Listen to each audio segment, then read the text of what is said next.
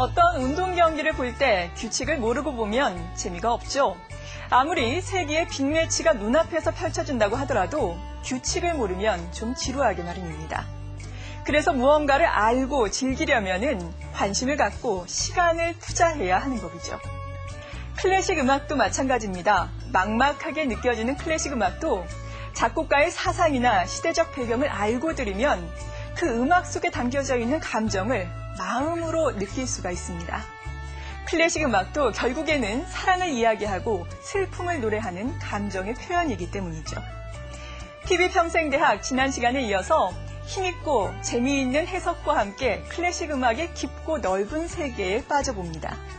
조윤범의 파워 클래식, 오늘 이 시간은 불멸의 걸작 베토벤이라는 주제로 여러분과 함께합니다. 현악 사중주단 콰르테덱스의 리더이신 조윤범 바이올리니스트 이 자리에 모시겠습니다. 박수로 맞아주시죠.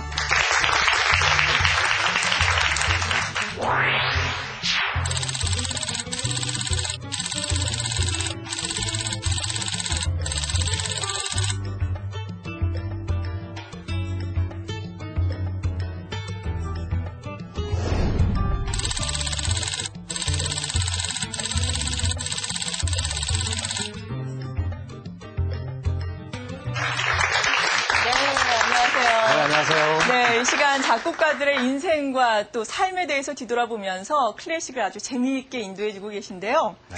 먼저 많은 분들이 궁금해하시는 클래식 상식부터 좀 알아보고 가면 좋을 것 같거든요. 네.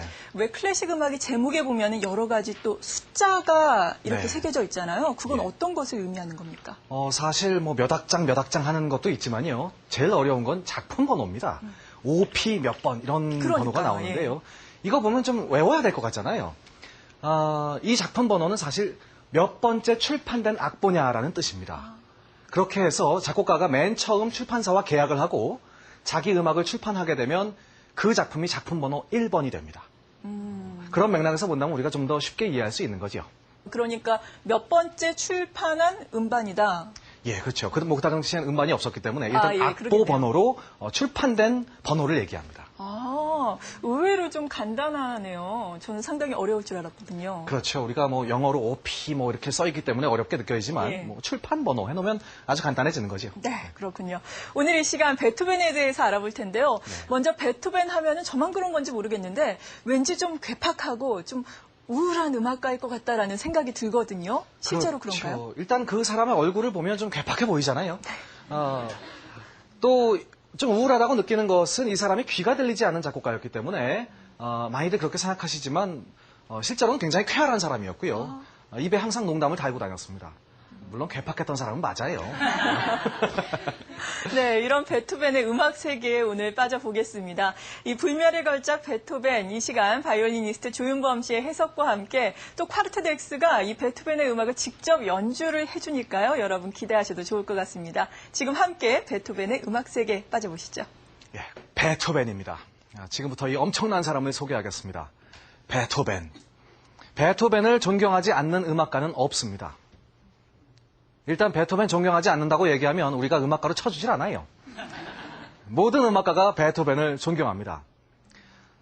베토벤 이렇게 생겼습니다.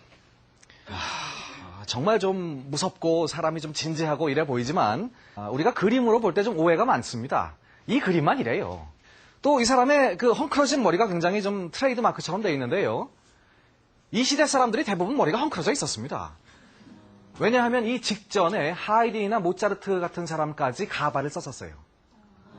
이 사람부터 가발을 쓰지 않았기 때문에 우리가 그 헝클어진 머리를 굉장히 좀 인상 깊게 받아들이고 있습니다. 우리가 이 사람을 위대한 음악가라고 부릅니다. 귀가 안 들리는 상태로 아무도 올라가지 못했던 경지에 혼자 올라갔습니다. 또 이 사람 고전파를 낭만파로 연결시킨 사람이라고 얘기합니다. 하이든이나 모차르트 같은 그런 선배, 그런 고전파의 음악을 몇 개 되지 않는 곡으로 쫓아갑니다. 그리고 나서 이걸 자기 손으로 다시 부숴버립니다. 그렇게 해서 고전파를 낭만파로 연결시키는 사람이 바로 이분입니다. 이분 하이든의 제자였습니다. 하이든의 제자. 사실 뭐 이런 얘기를 들으면 좀 기분이 나빠요. 왜냐하면 그 유명한 사람은 유명한 사람한테 배워야 될 것 같잖아요. 하지만 괜찮습니다. 나쁜 제자였어요. 나쁜 제자였습니다. 하이든이 키우는 제자들 중에 좀 유일하게 버리고 싶어하는 제자였습니다. 왜냐하면 하이든이 보기엔 얘가 작곡을 못해요. 가뜩이나 좀 미운데 그 숙제를 항상 베껴서 냈답니다. 누가 봐도 이건 베토벤이 한 게 아니에요. 어느 날 갑자기 베토벤이 곡을 제대로 써갖고 왔습니다. 이건 누가 봐도 베토벤이 한 게 맞아요. 기분이 좋아진 하이든이 전혜 선생님한테 편지를 씁니다. 훌륭한 제자 보내줘서 고맙네. 내 밑에서 이렇게 열심히 해갖고 이런 곡을 썼다네. 라고 하니까 그분이 그냥 가만히 계시면 좋았을 것을 답장을 보냈어요. 미안하다. 그거 내 밑에 있을 때 쓴 거다. 이러는 거예요. 그 옛날에 했던 숙제를 지금 했다고 낸 겁니다. 너무나 화가 많이 나서 바로 쫓아냈답니다. 결국은 그래서 하이든의 제자였지만 한 2년 정도밖에 배우지 못했답니다. 베토벤 평생 혼자 살았습니다. 결혼을 안 했다는 뜻이지요. 다른 말로는 우리가 독신이라고 합니다. 독신. 아무튼 이분 혼자 살았고 나중에 자식을 갖고 싶어 했습니다. 그래서 좀 큰 문제를 하나 일으킵니다. 그 문제는 제가 잠시 후에 말씀드리겠습니다. 28살에 이미 귀가 들리지 않습니다. 28살. 굉장히 젊은 나이에 귀가 들리지 않지요. 베토벤의 귀가 안 들리는 얘기 중에 아주 유명한 이야기가 있습니다. 마지막 교향곡을 작곡해놔서 이걸 자기가 지휘하겠다고 했습니다.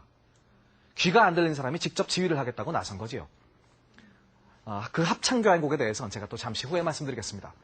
일단 먼저 저희가 연주를 먼저 하겠습니다. 베토벤이 귀가 안 들리기 시작할 때 만들었던 음악들이 있습니다. 가곡, 그 유명한 가곡 그대를 사랑해가 있습니다. 이 힐리베디히라고 하지요. 예전에 어느 가수가 노래를 부를 때 앞에 전주로 나왔던 그런 곡이기도 합니다. 또 가곡 입맞춤이라는 아주 유명한 가곡을 들려드리겠습니다. 가사들이 재밌어요. 특히 그대를 사랑해 같은 경우는 너무나도 아름다운 가사를 가지고 있고요. 입맞춤 같은 경우는 내가 입맞춤을 하면 저 여자가 소리를 지르겠지.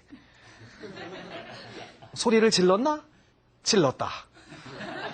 알고 보니까 뭐 나중에 감탄해서 질렀다. 뭐 이런 얘기입니다. 아무튼 저희가 테너 박창희 선생님과 함께 콰르트렉스가 이 가곡 두 곡을 연주하겠습니다. 고맙습니다.